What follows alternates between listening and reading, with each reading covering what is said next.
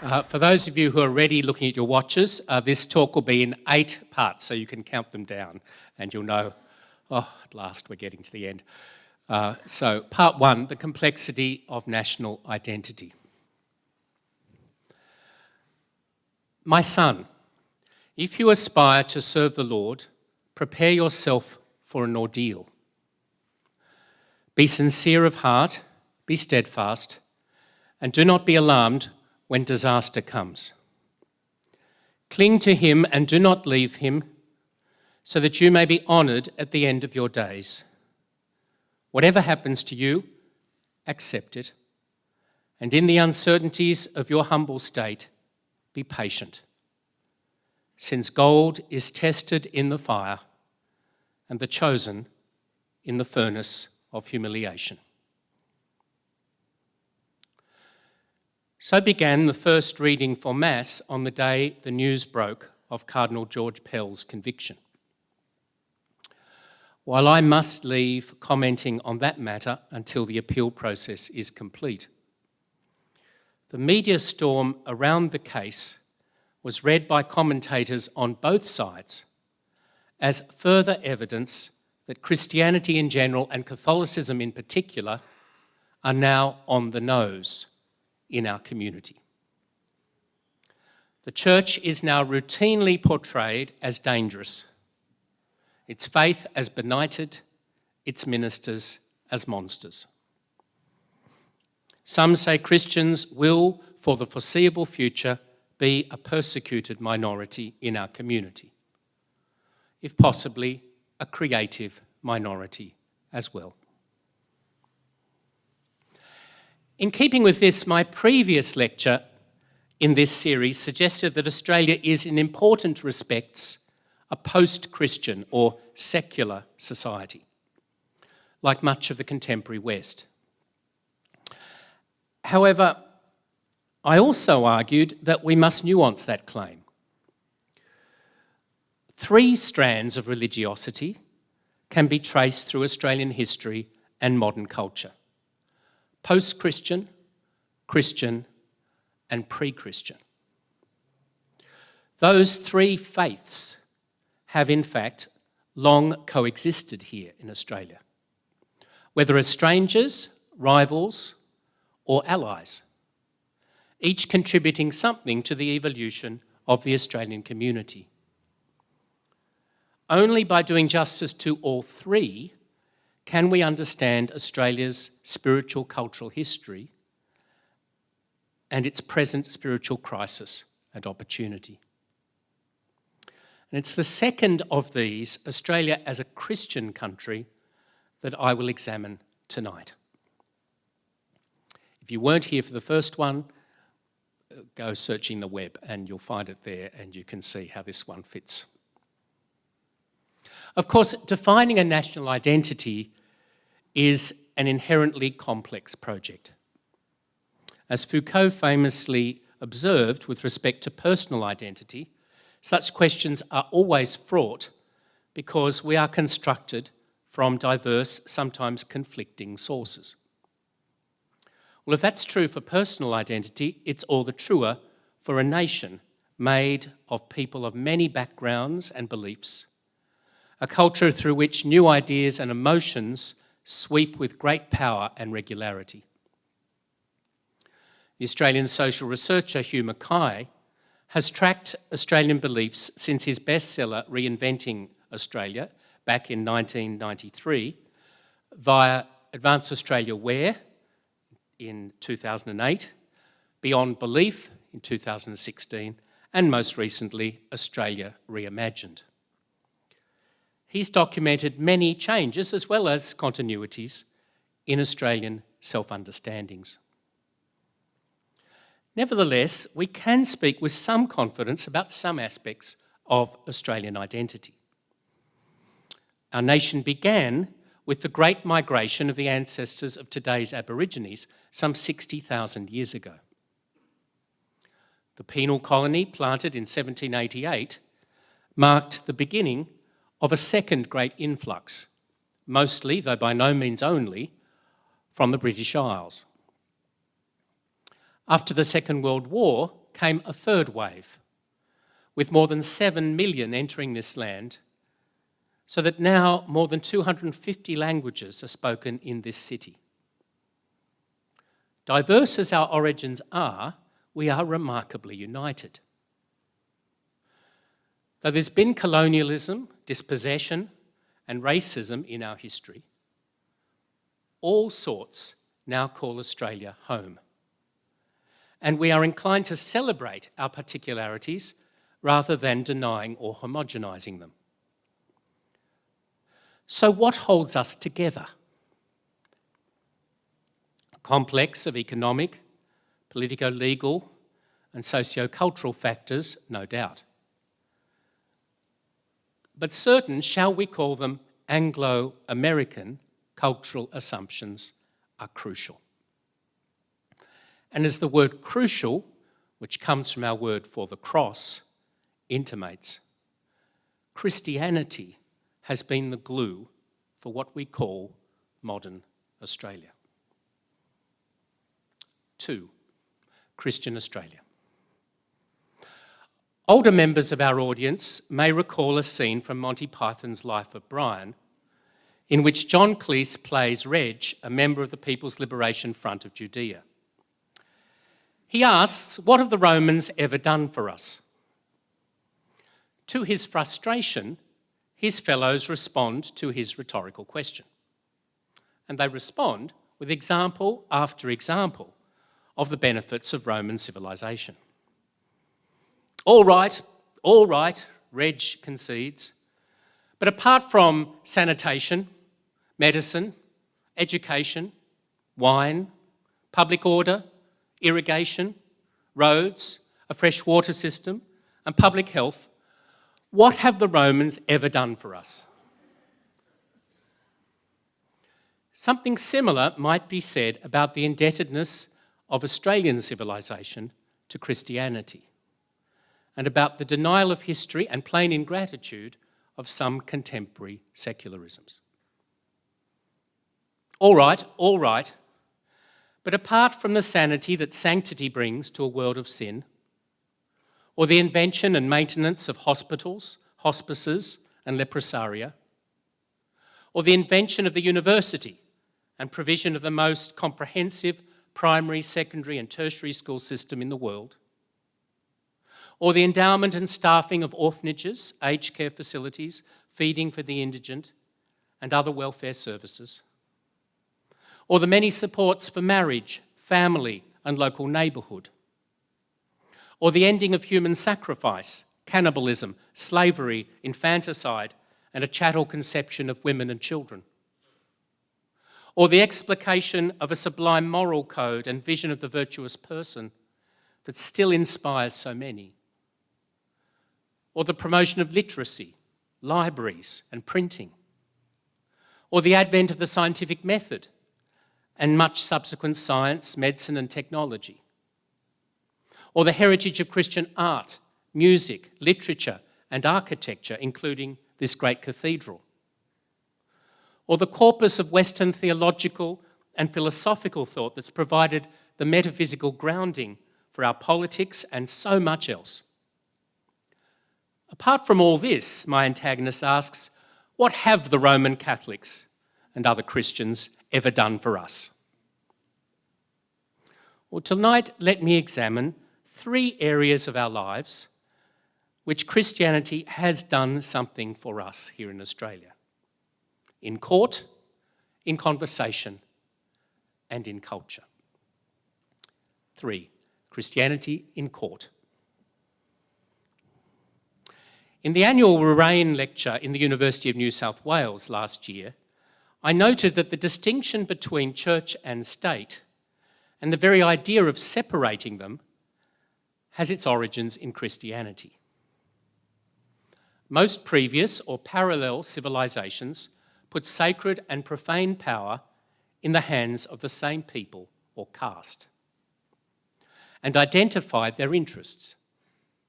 One way or another, religious leaders and texts controlled much of civil law and policy.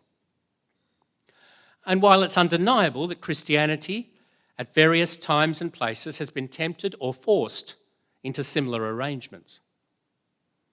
It has retained a strong sense that there are some things we should render unto Caesar and some unto God, to use the language of Jesus, or that there is a city of God and a city of man, after the language of Augustine.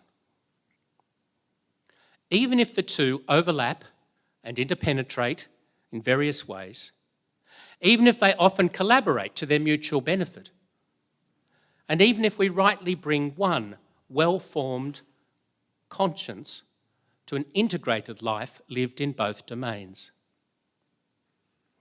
In this, and in so many other ways, liberal democracies, with their sense of independence and interdependence of church and state, are byproducts of Christianity. But more than this, our Australian legal system, rooted in English common law, assumes a Christian foundation. When I was a law student at the University of Sydney, I was also learning how to pray the divine office, including Psalm 24, that asks, "Who shall climb the mountain of the Lord, or stand in his holy place? The man with clean hands and a pure heart, who desires not worthless things, who has not sworn so as to deceive his neighbour." Then in equity class, I learnt the maxim of equity, that he who comes into equity must come with clean hands. The clean hands doctrine was said to protect the integrity of the court as a holy place, so the court would not allow itself to be used by malefactors. I realised immediately that this was a Christian inheritance. And indeed, many of the principles of equity, trusts and succession come from the ecclesiastical courts. So too the emphasis on intention in our criminal law, or on promise-keeping in our contract law, or on human rights in our international law, and so on.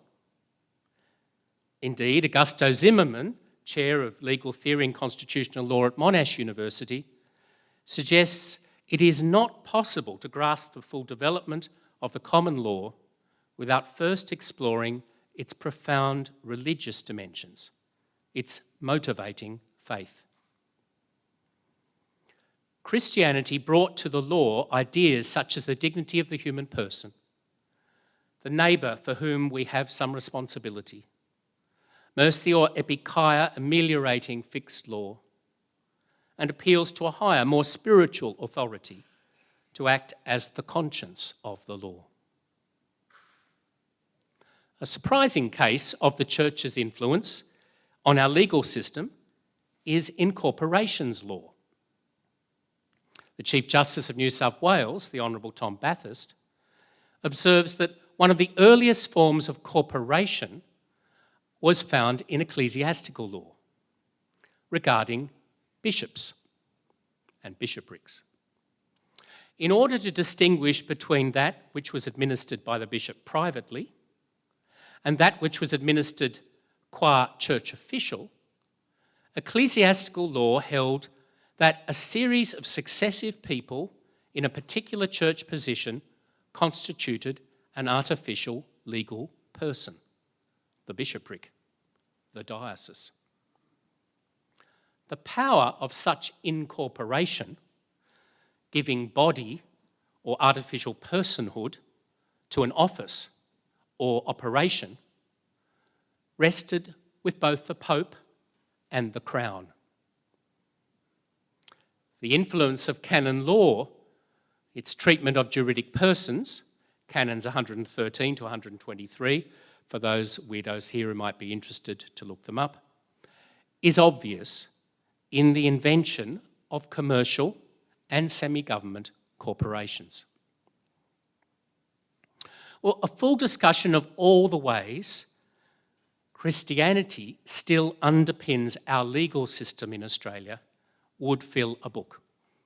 And so my discussion tonight is merely a taster.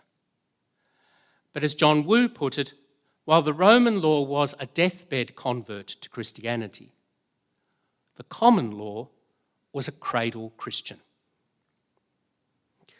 If no one is beyond the law in this country, even the most prominent Christian leader, it's because of a range of background assumptions about law inherited from Christianity.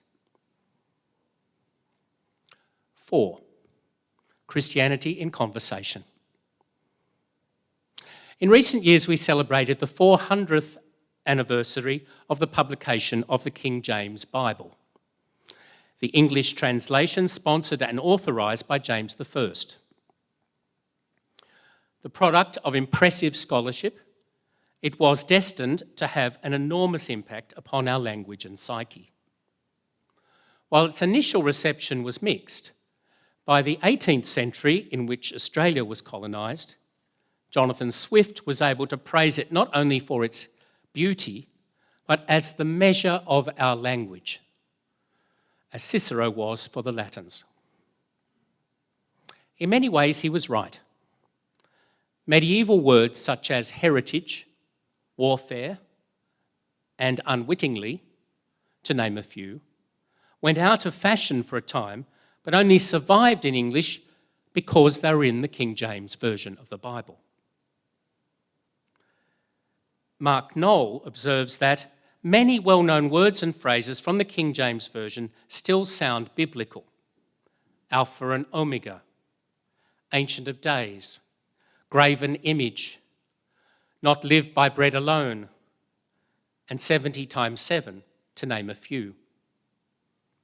A second level of vocabulary contains expressions that came into common usage because of the KJV, but whose biblical origin is now obscured, he observes. Apple of his eye, city set on a hill, a house divided, propitiation, the quick and the dead, reap the whirlwind, scapegoat, and two-edged sword. A third level includes words and phrases that most would be surprised to learn were fixed in our language because of the King James Version. Words as common as adoption, advertise, beautiful, feel, fisherman, glory, horror, housetop, mortgaged, mystery, nurse as a verb, scrape, and suburbs. The most printed book in English and most disseminated book in Australia, it's no surprise the Bible has had such influence on our culture. Its ideals and cadences were heard in the high rhetoric of Kevin Rudd's Apology to the First Australians and in the music of Nick Cave. Its phrases seen in the novels of Tim Winton and Helen Garner, the poetry of James Macaulay and Les Murray, or tattooed on the bodies of bikies and surfers.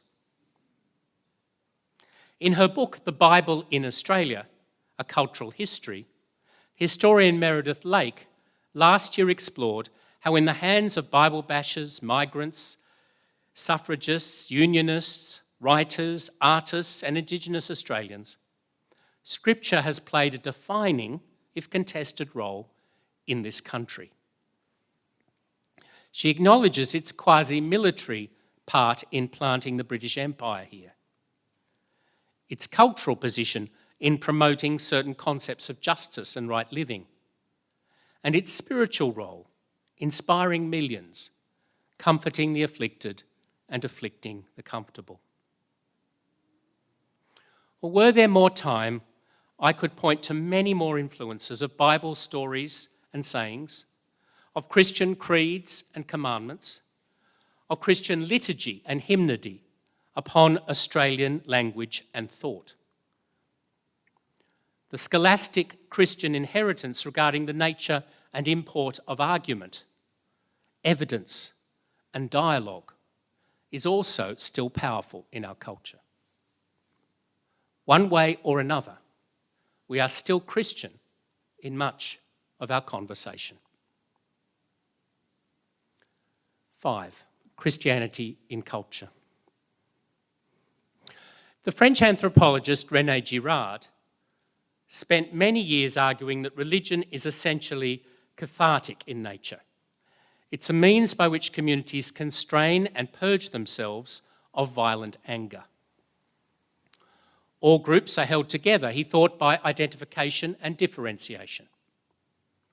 But as communal fault lines develop and the desire for vengeance increases, societies look for a scapegoat, someone marginal and expendable, upon whom to focus their wrath. Once made scapegoat, the victim, though still judged guilty, may enter into religious mythology. Well, turning to Judaism and Christianity, Girard was unsettled to find so much of the Bible is written from the perspective of the victims. Of Job, who lost everything, of Rachel weeping for her children, of Jonah tossed into the sea, or the suffering servant in Isaiah. Something even stranger occurs in the story of Christ. The humanisation and divinisation of the scapegoat, and the transfer of spiritual power from the mob to the victim. As Christ voluntarily assumes the role of scapegoat for all humanity, his innocence and sacrifice are laid bare for all to see. The humanity of the crucified one demands that we identify both with him and with his accusers, while his divinity redeems our identification with violence. Well, there's much more to Girard's influential exploration of redemption, some of it dubious, but he makes an important point about the unique contribution of Christianity. It's challenged to allow Christ's suffering to redeem us all and be the model of how we treat others.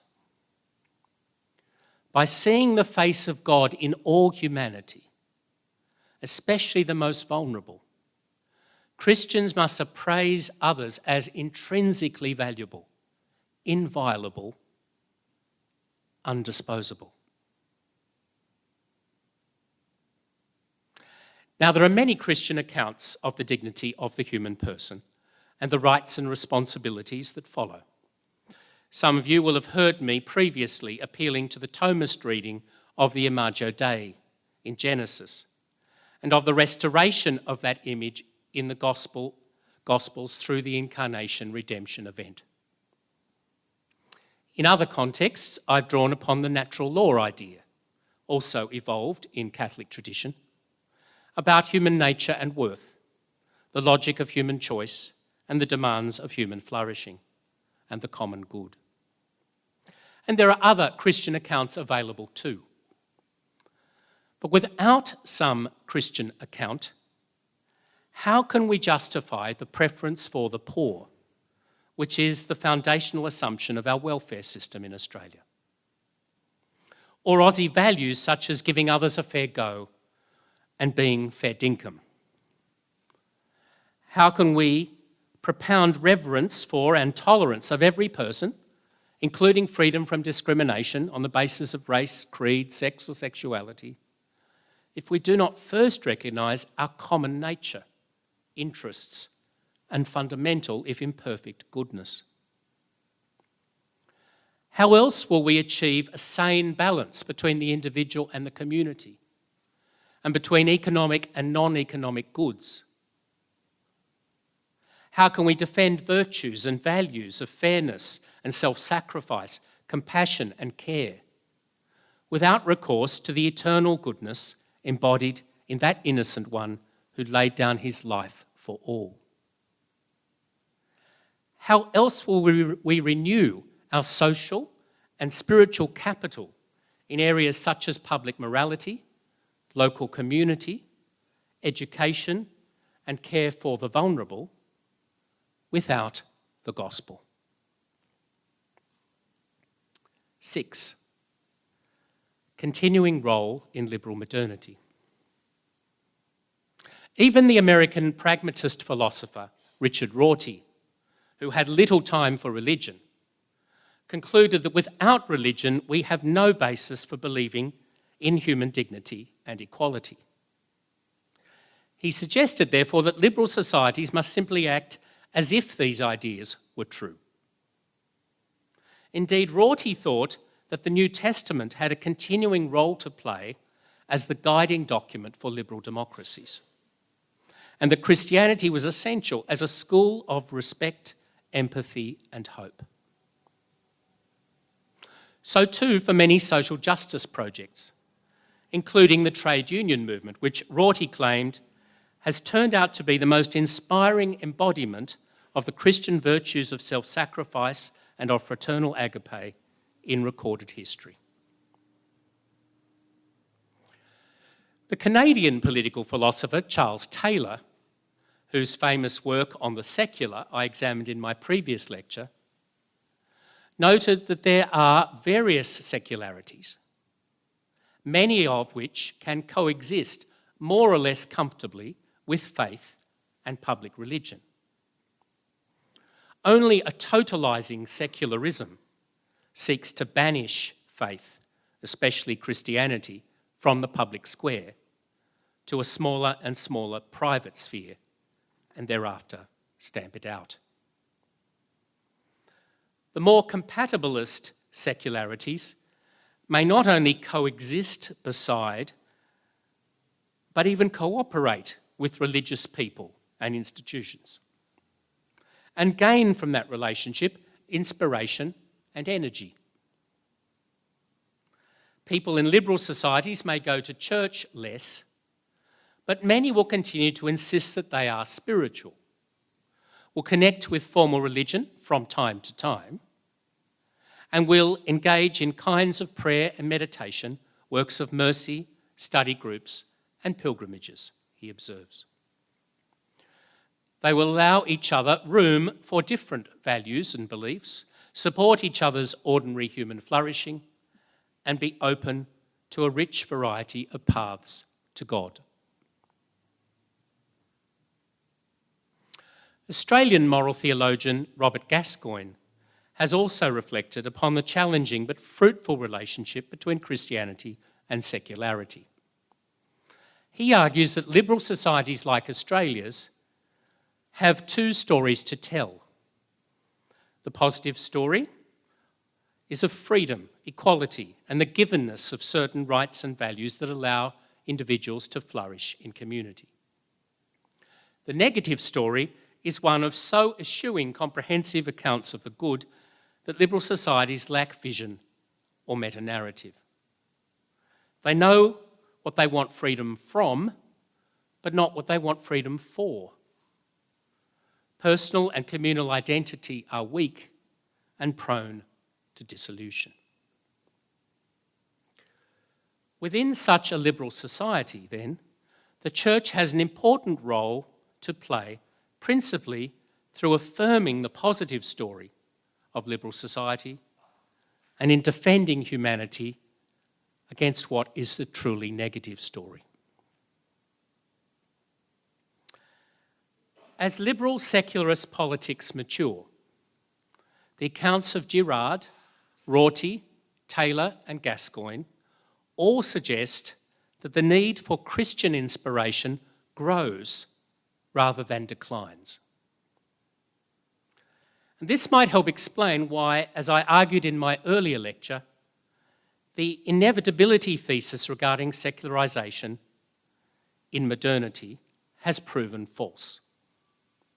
Secular culture is not only parasitic upon religious, especially Christian culture, as I suggested in part 1, it is symbiotic with it. It needs Christian culture to survive because it has found no other suitable host.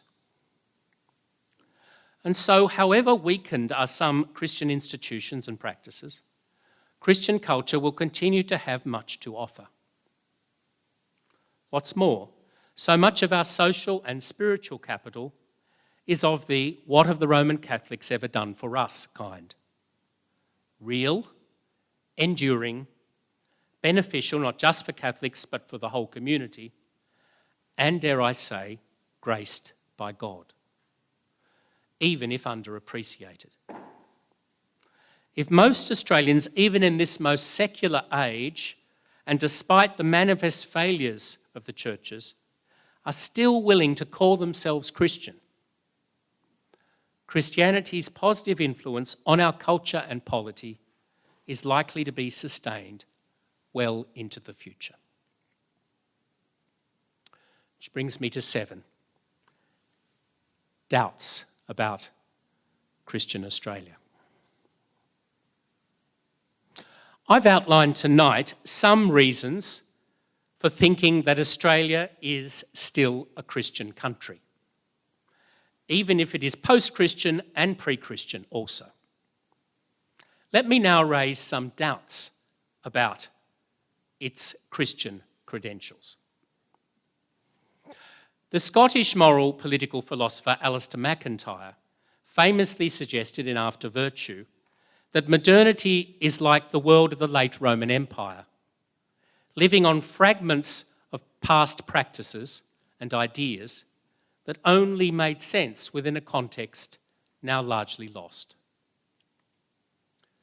He was far from optimistic about how Christian coherence and continuity might be regained. Christian institutions such as parishes, schools, hospitals and welfare agencies might continue to operate and judged by the worldly standards of balance sheets, number of employees, enrollees or contracts, and political influence, might seem quite healthy. Yet they can be hollowed out, losing all sense of their founding inspiration and continuing mission. They become Christian zombies.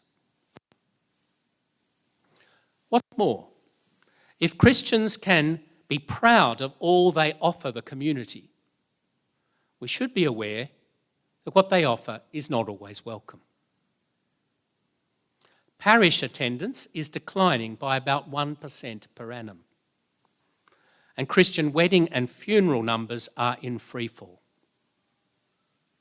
A quarter of Australia's families entrust their children to Catholic schools, a staggering 760,000 of them, but enrolments are declining. And there are pressures to defund our schools and remove any religious liberty protections for them. Millions are still assisted by Christian hospitals and welfare services in this country every year. Yet instead of Christian orphanages, modernity wants secular abortuaries. Instead of Christian hospices, secular euthanasia clinics. Instead of SRE in state schools, secular ethics classes, and so on. And in my first lecture, I considered the staggering rise in Australia of the nuns. Not women religious, but people declaring they have no religion, especially those in their 20s and 30s. Despite the various qualifications I offered to an apparently bleak picture, it seems likely that Christian institutions will not be as popular or even as readily permitted in the years ahead.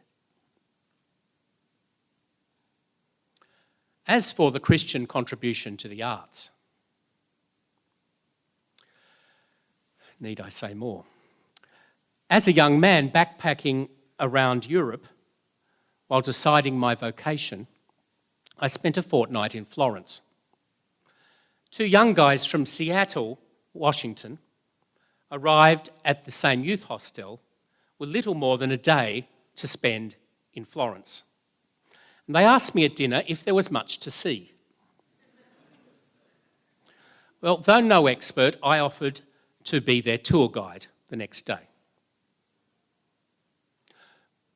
When we were in the Uffizi Gallery, one of them turned to me, wide-eyed, and said, Now explain to me again, who is the woman with the baby in so many of the pictures? I was so shocked that the incident has remained crystal clear in my memory ever since. I'd assumed that growing up in a Christian culture like America, even non-Christians would know who Mary was. Now, this was back in 1984.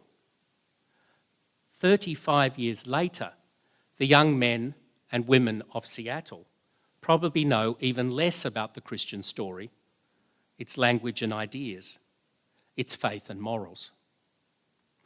And young Sydney is no better than young Seattle.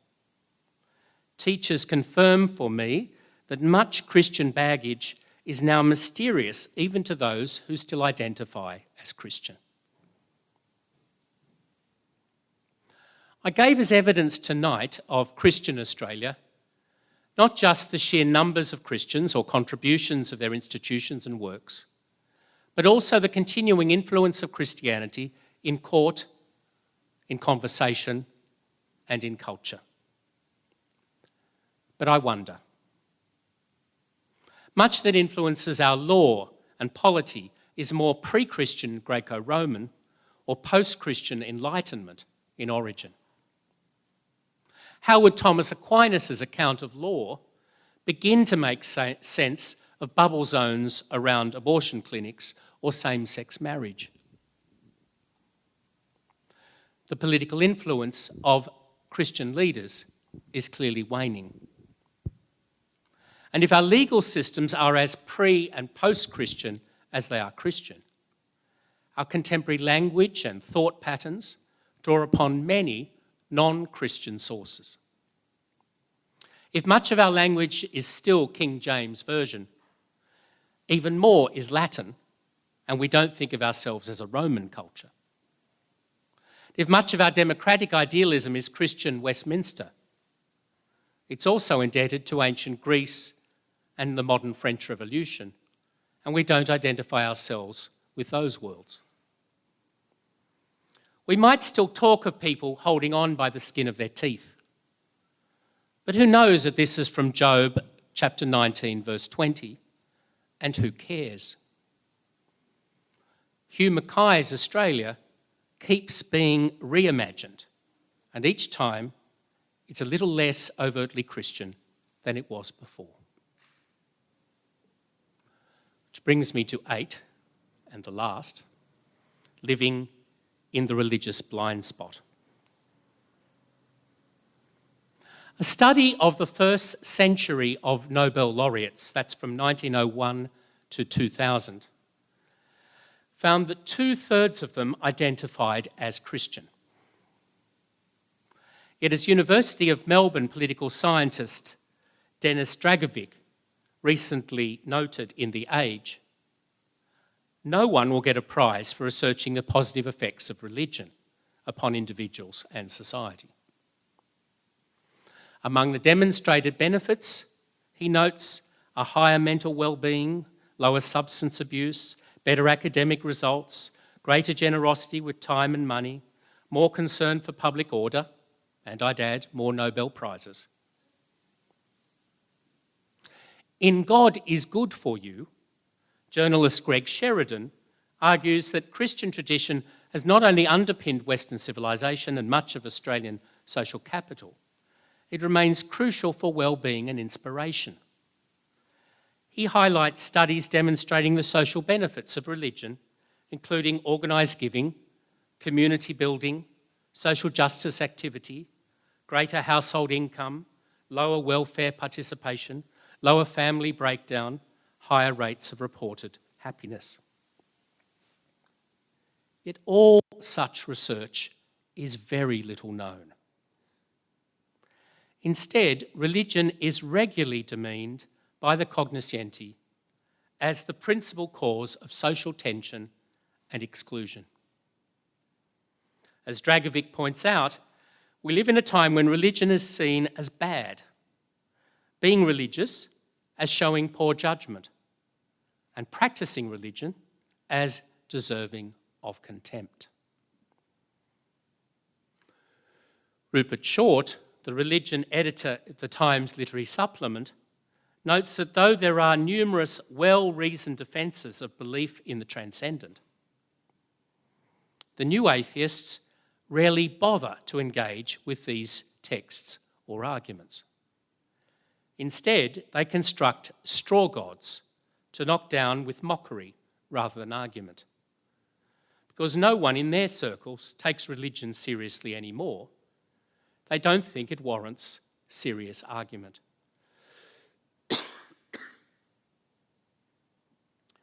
There is then a religious blind spot in contemporary culture, or an anti-religious confirmation bias, which refuses to see any good in religious faith and institutions. Growing religious disaffiliation, especially in the school-aged and post-school cohorts, may feed on this dismissal of all religion as benighted and hostile to science, progress, and individual happiness. The remaining believers may increasingly see themselves, in Stanley Hauerwasser's memorable phrase, as resident aliens. Yet here we come up against the paradox at the heart of Christianity. That it's only by dying that each of us individually and the church as a whole rises to new life. Only by taking up the cross and following Christ's Lenten way that we can be true disciples. Only by pruning that new life will emerge on this old vine. God has been proclaimed dead and the church doomed many times before in history. For those who endured through those hard times, it must have been very hard indeed. Yet little did they know that there was a springtime for the church just around the corner, with new saints, movements, understandings. The church in Australia may have fallen on her knees, but she is not out for the count. So my conclusion. Following the Royal Commission and the Pell trial, many Catholics are traumatised, have lost confidence in the institution of the church and even their faith, and so are more vulnerable to the "what have the Roman Catholics ever done for us" view of the new atheism and the new sectarianism. As we heard at the beginning of this lecture, Ben Sirach predicted an ordeal for those who serve the Lord, disaster for those who are steadfast, humiliation for those who are chosen. And Jesus made similar prophecies. In the meantime, Sirach said, practice resignation, humility, patience, trust. But he went on. You who fear the Lord, trust him, and you will not lose your reward. You who fear the Lord, hope for good things, for mercy and everlasting happiness will be yours. Consider the generations of old and see. Whoever trusted in the Lord and was abandoned to shame, or whoever, steadfastly fearing him, was left forsaken, or whoever called to him and was ignored. For the Lord is compassionate and merciful. He forgives sins and saves in the days of distress. There are still many of what Ben Sirach called God-fearing people, who trust in the Lord and consider the wisdom of old. Many remain committed to Christ and his teachings, whatever their misgivings about some of his ministers.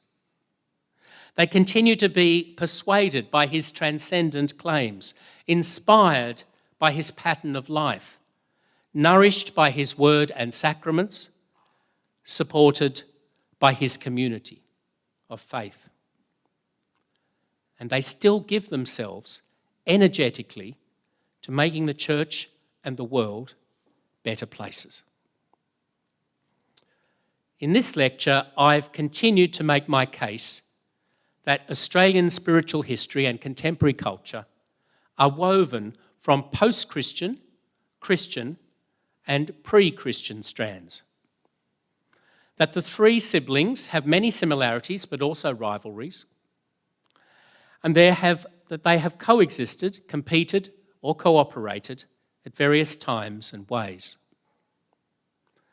Christianity continues to make a ubiquitous and arguably still dominant contribution to the language, institutions, morality, and other assumptions of our community.